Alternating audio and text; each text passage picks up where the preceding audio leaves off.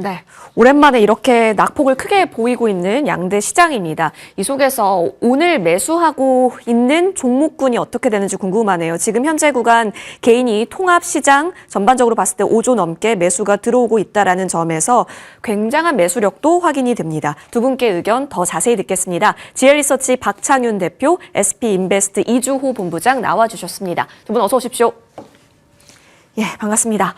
일단 반도체가 일단은 같이 밀리게 되면서요. 지수도 하방 구간을 같이 보입니다. 그동안 계속해서 달렸고 체력이 되기 때문에 꾸준히 들고 갔었던 반도체가 매크로 이슈에 한번 흔들리는데 그렇다면 강하기 때문에 다시 강하게 이겨낼 수 있는 걸까요? 첫 번째 종목은 SK 하이닉스로 살펴보겠습니다.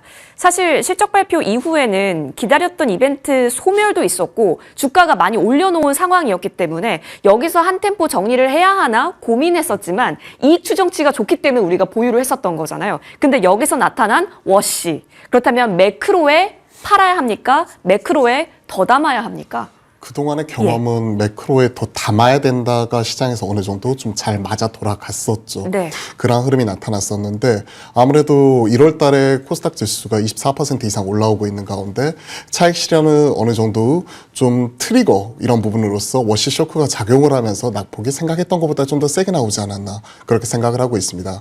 그와 맞물려서 우리나라도 또 이제 설 연휴 이런 부분이 당장 코앞으로 다가왔기 때문에 이로 인한 또 차익 실현 이런 하는 시점과 맞물리면서 같이 좀 이런 변동성을 좀 키우지 않았나 이렇게 생각을 하고 있습니다. 사실 SK 하이닉스 펀더멘털 변화 이런 부분 자체는 전혀 없었고요. 1월 들어서 하이닉스가 이렇게 가파르게 올라오게 된 계기는 실적 추정치가 우리가 주가 올라오는 속도보다도 훨씬 가파르게 올라왔었다는 거죠. 12월 말만 하더라도 SK 하이닉스 26년도 영업이익 추정치는 대략 한 80에서 90조 정도로 맞춰 있었는데 FM 가이드 26년 추정치가 지금 138조까지 올라왔습니다.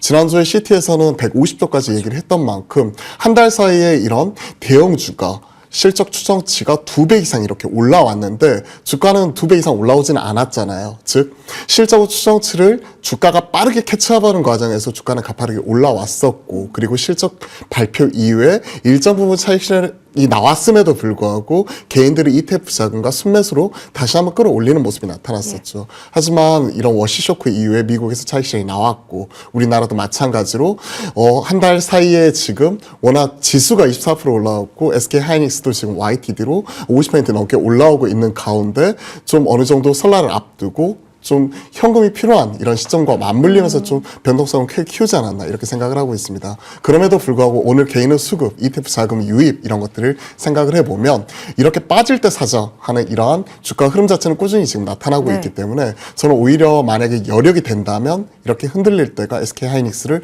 싸게 담을 수 있는 기회가 아닌가 그렇게 생각을 하고 있습니다. 지금 여기서 삼성전자랑 비교하는 게 의미가 있어요? 아니면 반도체는 같이 가기 때문에 싸다면 두 개를 사도 다 괜찮은 건가요? 사실 둘 다 살 수 있으면 상당히 좋은 거죠. 연초만 하더라도 삼성전자를 담자라는 분위기 자체가 워낙 강했습니다. 네. 그만큼 최근에 나타나고 있는 D램과 낸드라고 하고 있는 레거시 쪽이 HBM보다 상승폭, 그러니까 스팟 가격의 상승 자체가 워낙 가파르게 나타났기 때문에 캐파의 삼성, 즉 최근에 레거시가 올라올 때는 캐파가 큰 삼성전자의 손을 들어주는 모습이 나타나면서 HBM 쪽에 강점을 가지고 있는 SK 하이닉스보다 좀 더 유리하게 작용을 하면서 삼성전자가 12월과 1월 초까지만 하더라도 강하게 올라왔었는데 1월 중순 들어서부터 HBM 쪽에서 변화가 나타났었죠. 사실 HBM3E까지만 하더라도 SK 하이닉스가 점유율이 75%, 4분의 3 정도 이상을 점유를 하고 있는 이런 상황이었어요. 근데 26년도 HBM4 쪽으로 넘어가면 점유율이 50%까지는 좀 낮아질 수 있구나 하는 이러한 우려가 좀 있었거든요. 그리고 지금 스팟 가격 상승이 워낙 또 가팔랐기 때문에 삼성전자보다 비교 열의에 있었는데 최근 SK 하이닉스 이번에 실적 발표 컨콜을 통해서 확인했듯이 엔비디아 향으로 우리가 70% 이상 점유를 할 거야 하면서 HBM에 대한 자신감과 더불어서 추가적으로 지금 나타나고 있는 D램과 낸드 쪽에서도 추가적인 캐파 업에 대해서 얘기를 했거든요. 그런 것들을 생각을 해놓고 본다면 SK 하이닉스 같은 경우가 최근에 삼성전자의 좀 상승폭 자체를 빠르게 따라 올라가는 모습이 나타나 나타나면서 최근엔 SK 하이닉스에 손을 들어주는 그죠? 모습이었어요. 그렇기 때문에 지금은 누가 뭐 앞서거니 뒤서거니 하면서 둘 다 올라가는 이러한 과정이고, 이런 메모리 사이클 자체가 26년을 넘어서 지금 27년, 28년 이후까지도 계속 구조적으로 성장이 이어질 수 있다는 이런 분위기가 나오고 있기 때문에 지금 현 시점에서는 전자와 닉스를 둘 다 담을 수 있으면 전 둘 다 담아야 된다고 생각을 하고 있습니다. 지금 뭐 PER로 보더라도 SK 하이닉스가 CT에서 150조 얘기를 하면서 PER이 5배 언더로 떨어졌고요. 그리고 ROE로 보더라도 지금 한 67%까지 지금 올라와 있는 상황이에요. 삼성전자가 지금 ROE가 28%에 지금 PER로 보게 되면 한 7에서 8 정도 왔다 갔다 하고 있는데, 사실 누가 좋다 비싸다 뭐 이런 부분은 가치평가를 내리기 어려울 정도로 둘 다 밸류에이션 측면에서는 충분히 담을 수 있는 자리라고 생각을 하고 있습니다. 그런 것들 생각을 해보면 저는 여력이 된다면 둘 다 담자 이렇게 말씀드려보겠습니다. 예, 2인 상박 달리기 하고 있는 거네요. 네, 그런 거죠. 뭐가 됐든 어쨌든 우상향이라고 한다면 SK 하이닉스 펀더 쪽으로 봤을 때는 여전히 걱정 없다. 긍정의 의견으로 매수 내려주셨습니다. 근데 사실 지금 사고 싶잖아요. 이 말은 뭐냐면 현금 매력도가 올라갔다라는 거예요. 그러면 기존의 포트상에서 정리할 건 또 정리해야 하나? 아니면 지금 새롭게 우리도 고객 예탁금 100조 시대에 맞춰서 머니무브를 더 크게 일으켜야 하나? 여러 가지 판단이 되실 겁니다. 지금 SK 하이닉스는 평단이 굉장히 다양할 것 같은데요. 이조 본부장님, 어쨌든 가는 종목이라면 현재 구간에서 기회를 노리는 전략도 유효한 자리가 맞나요? 일단 기업이 안 좋다 뭐 이런 게 아니라 저는 이번 주는 좀 지켜보자라는 입장입니다. 일단 오늘 일봉상 5일선이 깨졌고요. 네. 그다음에 주봉상 5일선이 이제 80만 원 구간이거든요. 그래서 이번 주에 굳이 급하게 살 필요는 없다. 그리고 지금 AMD와 알파벳과 아마존의 실적 발표가 또 이번 주에 예정되어 있기 때문에 우리가 예상했던 또 무슨 일이 날지 모릅니다. 왜냐하면 마이크로소프트 10% 빠질지 누가 알았겠습니까? 그렇죠? 그러니까 우리가 예상했던 거 말고 또 다른 얘기들이 나오면서 빅테크 기업들이 만약에 하락하고 클라우드 서비스 관련돼서 뭐가 또 이슈가 나오면 또 빠질 가능성도 있기 때문에 굳이 이번 주에 뭘 급하게 뭔가를 한다 이렇게 하기보다도 저는 오히려 관망하자. 그리고 지금 하이닉스 최근에 외국인 기관 수급이 좀 안 좋아요. 예. 제가 지난주에 나와서도 말씀을 드렸던 게 이 수급이 이탈되는 모습을 좀 지켜봐야 된다는 말씀을 드렸는데 요 며칠 동안 지금 하이닉스 수급이 좀 안 좋습니다. 그래서 굳이 무리하게 지금 따라가기보다도 오히려 조금 기다렸다가 차라리 주봉상 지금 지지받을 만한 80만 원짜리에서 그때 좀 조정식 매수 관점으로 접근하는 건 좋지만 그래도 이번 주는 관망해보자라는 의견 드리겠습니다. 네. 그렇다면 80만 원 자리 구간에서 과연 외국인 기관은 지갑을 열리는가? 이 부분 하나의 포인트로 보시고 나는 여력이 된다라고 한다면 펀더에 기반해서 타이밍을 노려보는 전략도 활용해 볼 수 있겠습니다. 현재 구간 두 분의 의견은 조금씩 타이밍에 있어서 다르네요. 챙겨봤고요. 자, 그렇다면 이쪽은 어떨까요? 삼성전기 보겠습니다. MLCC와 FCBGA 요즘 잘 나가는 건 알고 있었는데 실질적으로 서버 MLCC 시장에서 삼성전기의 점유율이 한 40% 나오고 있다라고 하죠. 그리고 엔비디아를 뚫었다라는 소식에 기술력 인정받았다. 이 소식까지 나옵니다. 오늘 시장이 좋았다면 삼성전기가 1%에 머물렀을까? 오전에 만들었었던 30만 원짜리까지 지켜줬을까? 여러 가지 상상을 자극하는데 어떻게 보세요, 대표님? 장이 좋았다면 30만 원대 안착이 충분히 네. 나오지 않았을까 이렇게 생각을 합니다. 사실 뭐 주말 사이에 뉴스가 나왔었죠. 엔비디아 향으로 FCBGA 드디어 뚫었다. 그동안에 테슬라 X AI 향으로 이런 고부가 FCBGA 기판, 이게 써왔던 기판으로 들어가는 부분이잖아요. 그러다 보니까 FC CSP 같은 이런 모바일 향뿐만이 아니라 그동안에 이제 계속해서 적자가 나고 있었던 대면적 FCBGA 같은 경우에도 서버 향으로 그리고 전장 향으로 추가적으로 판로를 뚫어가는 모습이 나타나면서 긍정적인 부분이었고, 특히 기존의 테슬라를 넘어서 엔비디아까지 이런 추가적으로 고객사를 확보했다는 측면에서는 상당히 저는 긍정적이라고 봤습니다. 지난 금요일장에 기판주가 좀 강하게 움직이는 모습이 나타나면서 심텍이나 뭐 해성 DS 그리고 여타, 뭐 코리아 서키트 등 관련된 이런 주요 종목들 같은 경우가 급등하는 모습이 포착이 되었고, 대장주인 삼성전기 같은 경우는 약간 눌려있는 모습이 나타났었는데 관련 뉴스가 나오면서 오늘 하락장에도 불구하고 아침에 한 30만 원까지 찍고 다시 한번 내려오는 모습이 나타났었죠. 사실 시장만 좋았다면 저는 30만 원 선 안착에 대한 이런 시도가 계속해서 나타나지 않았을까 이런 생각을 하고 있습니다. 삼성전기는 이렇게 알고 있다시피 원래 본업단이 컴포넌트 사업부 MLCC 쪽입니다. MLCC 같은 경우가 최근에 계속해서 이제 부진한 모습이 나타나다가 작년 하반기를 기점으로 가동률이 가파르게 올라오기 시작을 하더니 작년 4분기에는 가동률 92% 그리고 전장용 MLCC 같은 경우는 가동률 100% 그냥 풀캐퍼로 돌아갈 정도로 최근에 이제 그만큼 호황을 띠고 있고요. 이런 쪽 같은 경우가 수요가 큰 폭으로 증가를 하는 모습이 나타나면서 안정적으로 수직 수익을 꾸준히 나타나고 있는 가운데 그동안에 계속 적자나고 있었던 아픈 손가락이었던 FCBJ까지 올해 같은 경우에는 흑자 턴어라운드가 강하게 지금 기대가 되고 있는 이러한 상황이기 때문에 기판의 대장주로서 삼성전기에 대한 기대치 이런 부분이 최근에 계속해서 올라오고 있었던 이러한 상황입니다.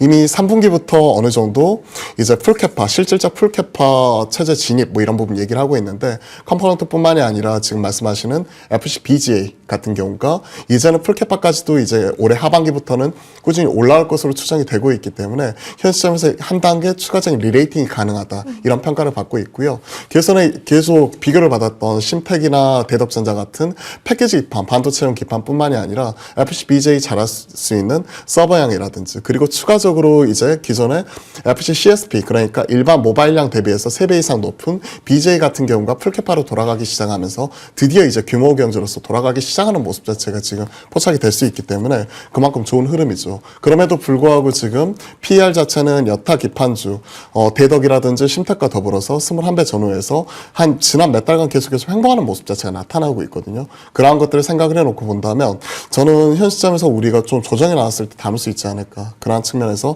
펀더멘털 관점에서는 우리가 기판의 재발견 이런 부분을 생각을 해볼 수가 있을 것 같습니다. 즉 패키지 기판이 끌어주고요. 거기에 이런 서버형 기판, 전장용 기판 같이 들어가고 있고 그동안에 캐시카우 역할로서 깔아주고 있었던 MLCC 같은 경우가 꾸준히 잘하고 있는 모습이 나오고 있기 때문에 삼성전기 같은 경우에는 계속 긍정적으로 우리가 캐치업하면서 팔로잉할 필요가 있을 것 같습니다.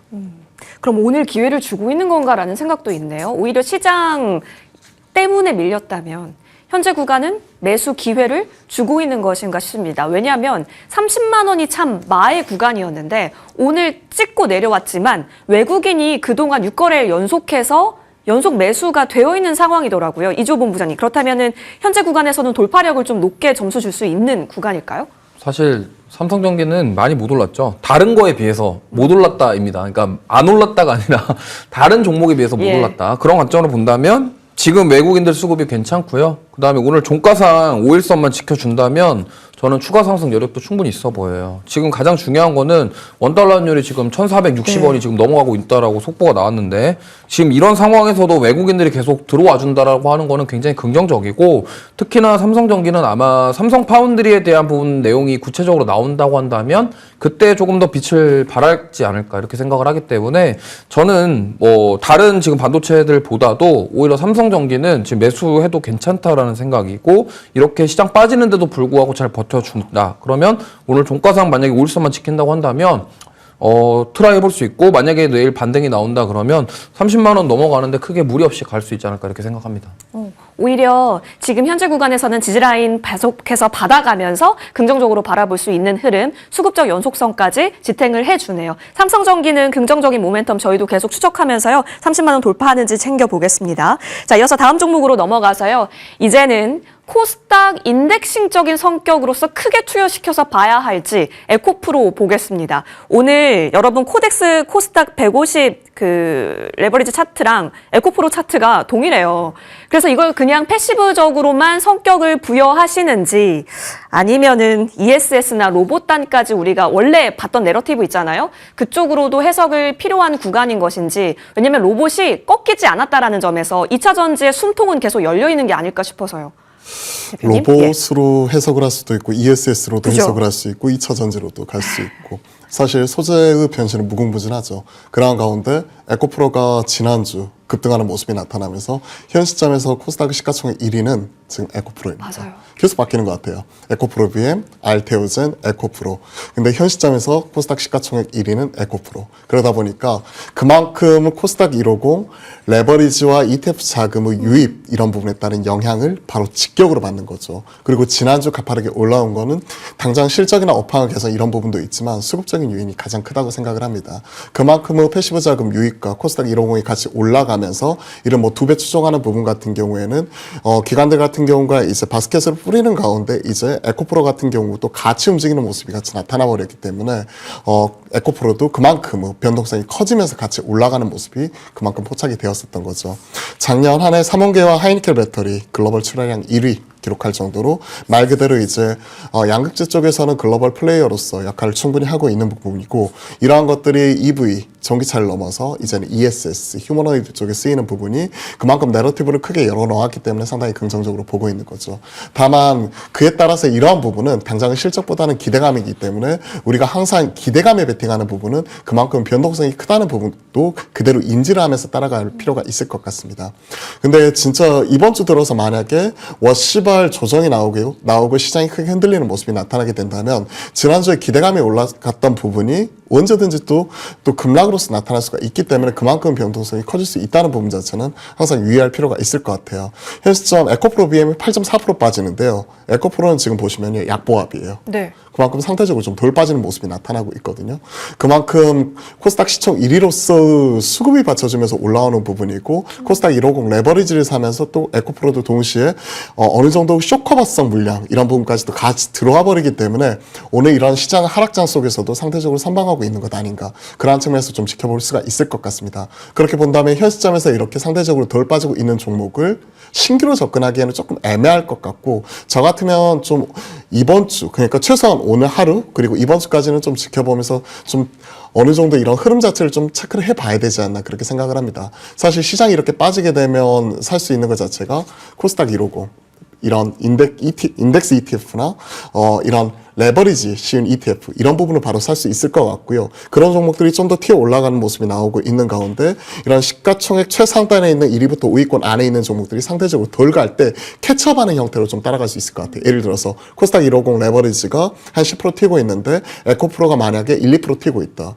그러면 단기 트레이딩 바이 하는 관점에서 이 종목은 이럴 때 살 수 있을 거라고 생각을 하고 있거든요. 근데 오늘 코스닥 150 레버리지가 얼마 빠지죠? 아까 제가 체크했을 때가 10몇% 빠지고 있었는데 오늘 에코프로 같은 경우는 덜 빠지고 있어요. 차라리 이러한 모습이 나타나고 있을 때는 저 같으면 에코프로를 좀 활용을 해가지고 좀 팔 수 있으면 일정 부분 좀 판다든지 좀 관망을 하면서 좀 지켜보는 전략이 좀 더 낫지 않을까 그렇게 생각을 하고 있습니다. 타이밍을 논하기 위한 관망의 의견으로 제시를 해주셨습니다.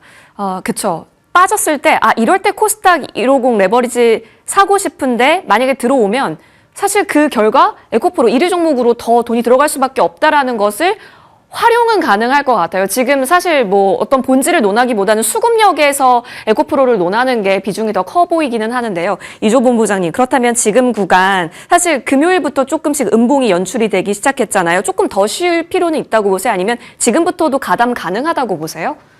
에코프로는 트레이딩 관점으로 접근하셔야 될 것 같아요. 트레이딩. 지금 뭐 어떠한 이유로 올라오든 간에 어쨌든 강한 겁니다. 지금 예. 강하고 가장 강하거든요. 코스닥에서 가장 강한 거는 뭐 여러 가지 이유가 있겠지만 어쨌든 시총 상위 종목군들이 강했던 이유는 ETF의 자금의 영향이 가장 크다라고 생각하고 있고요. 그 과정 속에서 지금 BM과의 이런 차별화 모습을 보이는 거는 아무래도 어떠한 이유로 지금 에코프로에 더 집중을 하고 있다라는 거고 그거를 지금 외국인과 기관의 수급이 증명해주고 있습니다. 그렇기 때문에 뭐 물론 이게 무조건 뭐 버틴다 올라간다 이런 얘기가 아니라 변동성이 나올 수 있겠지만 지금 시장 하락에도 잘 버티고 있고 만약에 아까 말씀드린 것처럼 오늘 이 에코프로가 종가상 5일선을 지켜준다고 한다면 추가 상승 여력도 있어 보이고 외국인들의 수급이나 기관의 수급이 크게 이탈되지만 않는다면 트레이딩 관점으로 충분히 접근 가능하기에 저는 오히려 매수 관점으로 지금 셀 때 오히려 더 따라가서 좀 단기적으로 수익을 챙기는 방법도 좋은 방법이다라는 말씀 드리겠습니다. 그럼 에코프로 BM이 아니라 에코프로를 보는 건 좀 더 상징성적인 의미예요?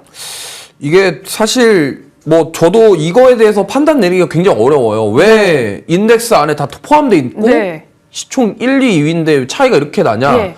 그거는 뭐 자금 운용하시는 분들이 다르게 운영하겠죠. 그러니까 그래서 이게 만약에 지금 에코프로도 오늘 같이 빠졌으면 제가 오히려 저도 같은 관망 의견 드렸을 건데 BM 빠지는데 얘는 버틴다 그러면은 그 운용사에서 어떻게 보면 이쪽을 밀어주고 있는 거거든요. 예. 그럼 그 배경은 지수를 받쳐주기 위해서인지 그거는 뭐 좀 더 봐야 되겠지만 네. 어쨌든 힘이 강하기 때문에 트레이딩 관점으로 접근하시기에는 충분하다라고 말씀드리겠습니다. 좋습니다. 자, 강하기 때문에 오늘 시장에서 보여주는 파워에는 근거가 된다. 다만 시기적으로 조금 더 고민이 필요하신 분은 오늘 의견이 또 달리 나왔으니까 같이 좀 참고해 보시면 좋겠네요. 자, 이어서 저희는 방산으로 가보겠습니다. 공시 나왔거든요. 그런데 사실 오늘 시장에서는 딱히 그렇게 주목하고 있지는 않습니다. 물론 시장 자체가 밀리는 장이기도 하고 코스피 대형주가 오늘은 좀 무게감에 짓눌릴 수밖에 없는 상황이기는 한데요. 지금 한화가 전반적으로 그렇습니다.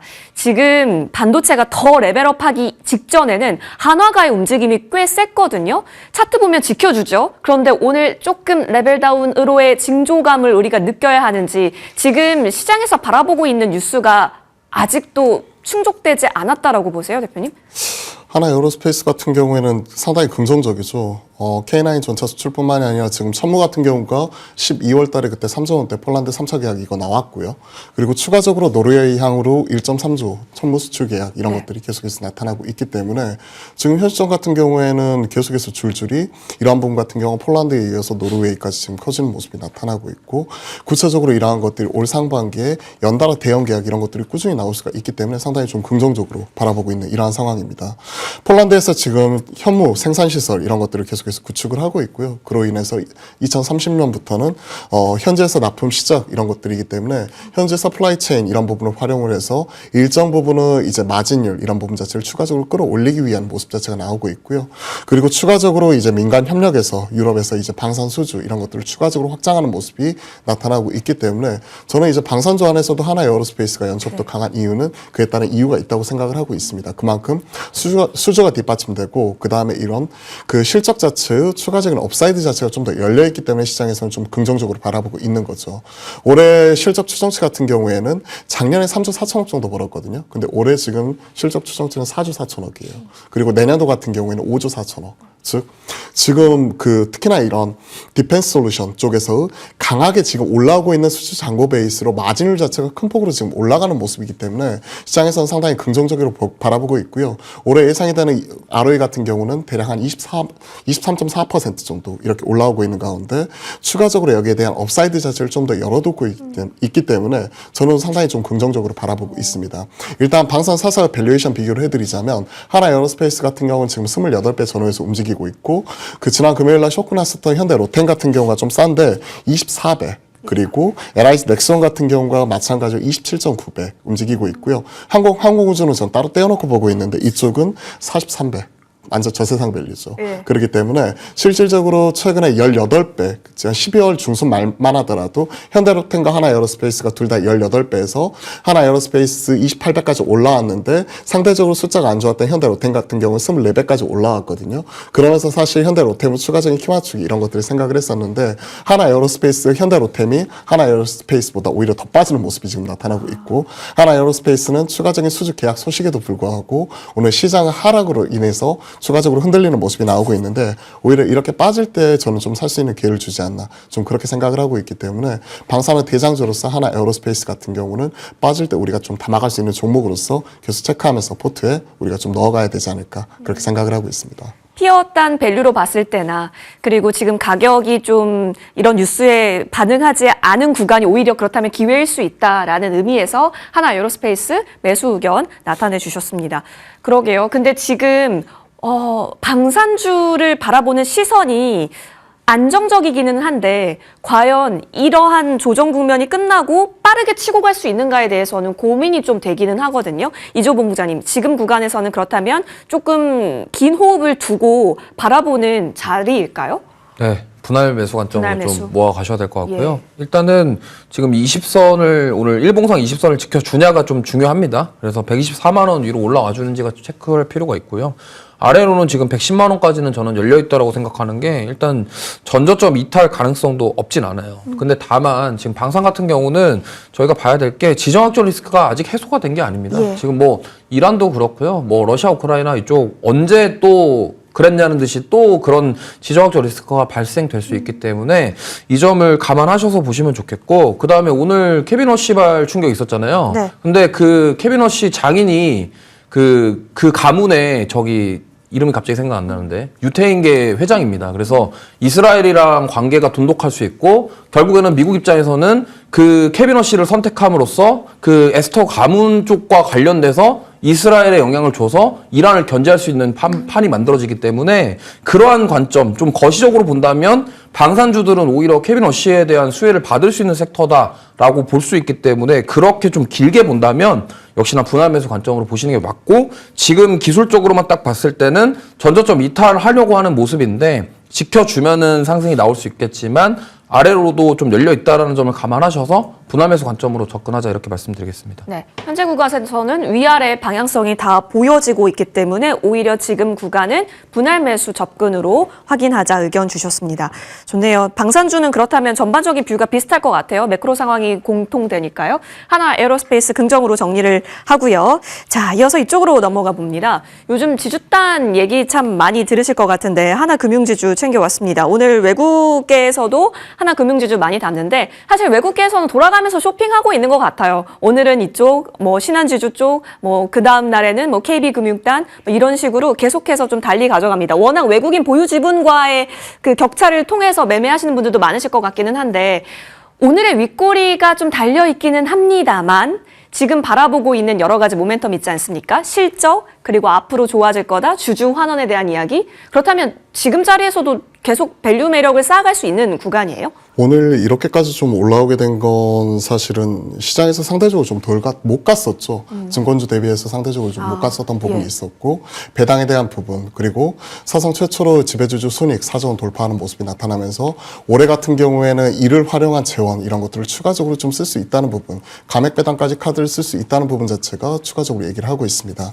한 1조 원 정도 자사주 매입, 소각, 그리고 주중 환원율 50% 이상 이렇게 바라보고 있기 때문에 1조 원 이상 여기에 쓸 거라고 생각을 하고 있고요.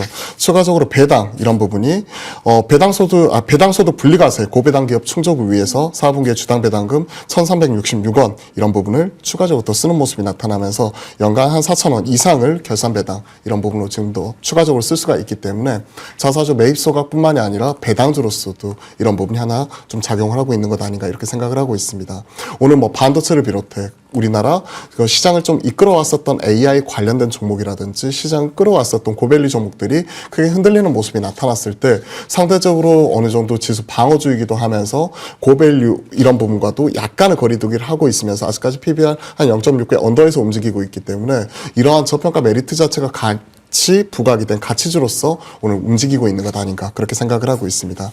하나금융지주 같은 경우에는 상대적으로 지금 계속해서 긍정적으로 지금 포인트 바라보고 있는 이러한 상황인 것 같고요. 3차 상법 개정 수혜 이런 부분 같은 경우에도 지난주에 계속해서 논의가 되면서 이달 말 뭐 3월 뭐 이런 부분 얘기를 하고 있기 때문에 다시 한번 이에 따른 모멘텀 자체는 계속해서 이어가지 않을까 이렇게 생각을 하고 있습니다. 아무래도 지난주 그리고 그 전까지만 하더라도 증시 거래대금 자체가 역대급으로 한 50조 원 이상에서 크게 늘어나고 있는 가운데 증시 예탁금이 지금 130까지 찍고 있는 이러한 화랑장 속에서 증권주가 그동안에 상대적으로 부각을 받았었다면 이제는 배당 관련해 가지고도 다시 한번 금융주 이런 쪽으로도 매기가 확산이 될 수 있고 시장이 크게 흔들릴 때 반도체나 자동차나 그동안 시장을 이끌어갔었던 피스칼 AI 관련주가 흔들릴 때 오히려 국내 내수주 성격을 띠고 있는 그리고 경기 방어주 성격을 띠고 있는 이런 가치주들이 올라오는 이런 흐름 자체의 로테이션 자체가 나타날 수가 있기 때문에 그러한 측면에서도 오늘 금융주 상대적 강세가 시장에서 좀 가파르게 나타나지 않을까 그렇게 나타나고 있습이 일단 가지고 계신 분들 입장에서 좀 홀딩하면서 지켜보면서 흐름 자체를 계속 체크해보는 게 중요할 것 같습니다. 알겠습니다. 자, 금융지주단이 사실 글쎄요, 여러분에게 어떠한 예전부터 움직였을 때 개인보다 사실 외국인 보유 비중이 참 많은 종목군이어서 대응이 가능할까에 대한 부분들 지금 여쭙고 있습니다. 이조 본부장님이라면 괜찮으세요? 왜냐하면 우리 이전에는 그 금융주 볼 때 우리 증권주 선두로 많이 보자라는 이야기 지난주도 했었는데 하나금융지주의 매력도 그리고 지금 자리 괜찮다고 보시는지요? 네, 괜찮다라고 생각하고 있고요. 오늘 사실 금융주들 강한 이유가 케빈 워식 영향이 가장 큽니다. 그래서 그가 펼칠 정책과 이게 부합하다라고 생각하기 때문에 시장에서 반응을 하고 있다라고 보고 있고요. 물론 기술적으로 보면은 역시나 뭐 시원하게 돌파가 나오진 않았지만 그래도 계속 고점을 높여가려는 흐름이 보이고 있기 때문에 저는 긍정적으로 보고 있다라는 점. 그리고 하나금융지주도 외국인 수급이 좋습니다. 그래서 지금 저는 물론 개인들이 정말 많이 사고 있지만 오히려 지금 외국인과 기관이 파는 과정 속에서 외국인들이 사는 쪽을 좀 집중해보자. 왜냐하면 원달러율이 올라가고 있기 때문에. 근데 오늘은 좀 팔고 있습니다만 그동안 좀 계속적으로 좋았기 때문에 시장이 좀 안정된다면은 추가 상승 여력도 충분히 있다라는 점 참고하시면서 보시면 좋겠고요. 금융지주사들은 저는 당분간 계속 좋은 흐름이 나오지 않을까. 왜냐하면 어쨌든 지금 거래대금이 워낙 크기 때문에 그로 인해서 앞으로 뭐 1분기 실적까지도 좋은 영향을 충분히 줄 수 있다라는 판단하에서 지금 접근해 보시면 좋겠고요. 아래로 21 이평선 구간 열려 있습니다. 그래서 98,000원 자리까지 올 수도 있겠지만 그럼에도 매수 관점으로 접근하는 거 괜찮다라는 말씀 드리겠습니다. 오, 좋습니다. 외국인이 지금 어디에 집중하고 있는가가 요즘 같은 장에서 또 투자 힌트가 될 수 있다. 그리고 금융 지주단에 있어서도 긍정의 의견 주셨습니다. 타이밍을 보자의 의견으로서의 관망이었기 때문에 하나금융지주도 앞으로의 흐름 지켜보시면 좋겠네요. 자, 두 분과는 여기까지 이야기 나눠봐야겠습니다. 여러분 대응 잘하셔야겠습니다. 고맙습니다.